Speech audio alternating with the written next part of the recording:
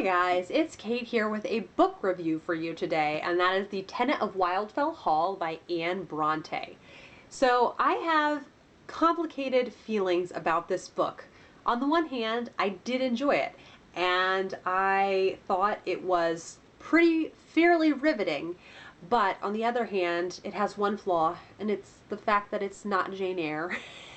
So I know that kind of the love interest in this is a much better option than Rochester, but I found that I kind of felt like I got to know the heart and soul of Jane more than I got to know the heart and soul of Helen Huntington in this. So I'll just give a brief synopsis of the plot in case you don't know what this is about, because it is a lesser known Bronte, but on BookTube it's fairly popular.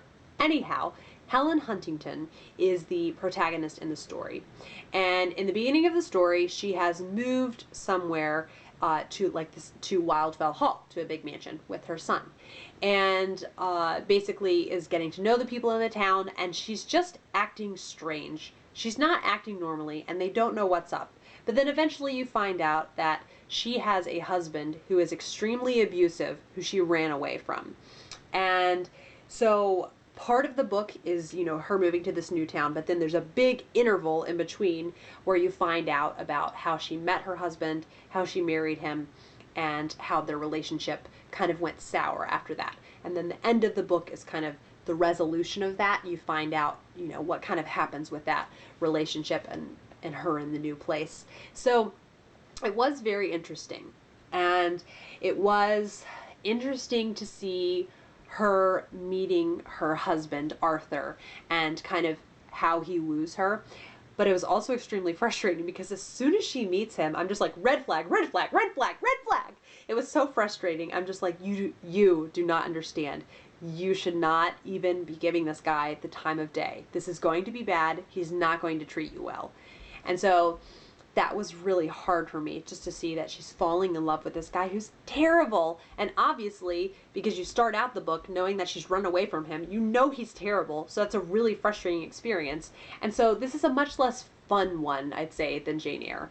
Not that Jane Eyre's that fun, but I feel like there's more happiness quotient in Jane Eyre. And there's like this part that's semi-happy, this part that's semi-happy, and then the whole middle is just this really hard story. So, like I said, very interesting.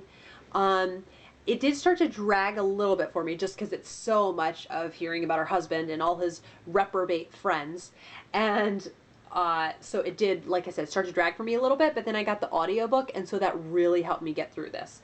But now, honestly, it's been 2 weeks since I finished this, and I'm thinking back on it, and I'm thinking back on it fondly. So I think part of it was the fact that it disappointed me. And what I mean by that is I really enjoyed Leslie at Words of a Reader. She has a disappointing reads video, and so she talks about books that they weren't necessarily bad books. It's just not what she was expecting, so she was disappointed. So it just disappointed me. It wasn't quite what I was expecting, and I wasn't expecting there to be so much devoted to her time with the reprobate of a husband. He was just a terrible man. But Helen is a very inspiring character. She really does. Obviously, she makes a bad choice in marrying him, but after she's married to him, she really does stand up for herself a lot, and so she is really inspirational in that. She's not going to just let him kind of do whatever he wants without her making a big fuss about it. And so I really like that about her. I did respect that about her, but it just wasn't quite what I was expecting. So, like I said, I did enjoy this. I just feel kind of complex about it. I feel kind of conflicted.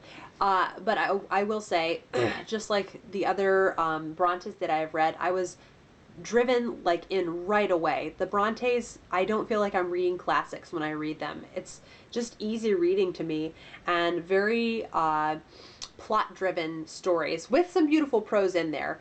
So far, I think I would say Emily Bronte has the most beautiful writing style, although she only has the one book. So sorry if this has been somewhat rambly, just kind of collecting my thoughts on it, but let me know what you think about it, and I will continue with my project of reading more of the Brontes. And I hope you enjoyed this, and I hope you guys are having a lovely day, and I will see you for another video soon. Bye-bye.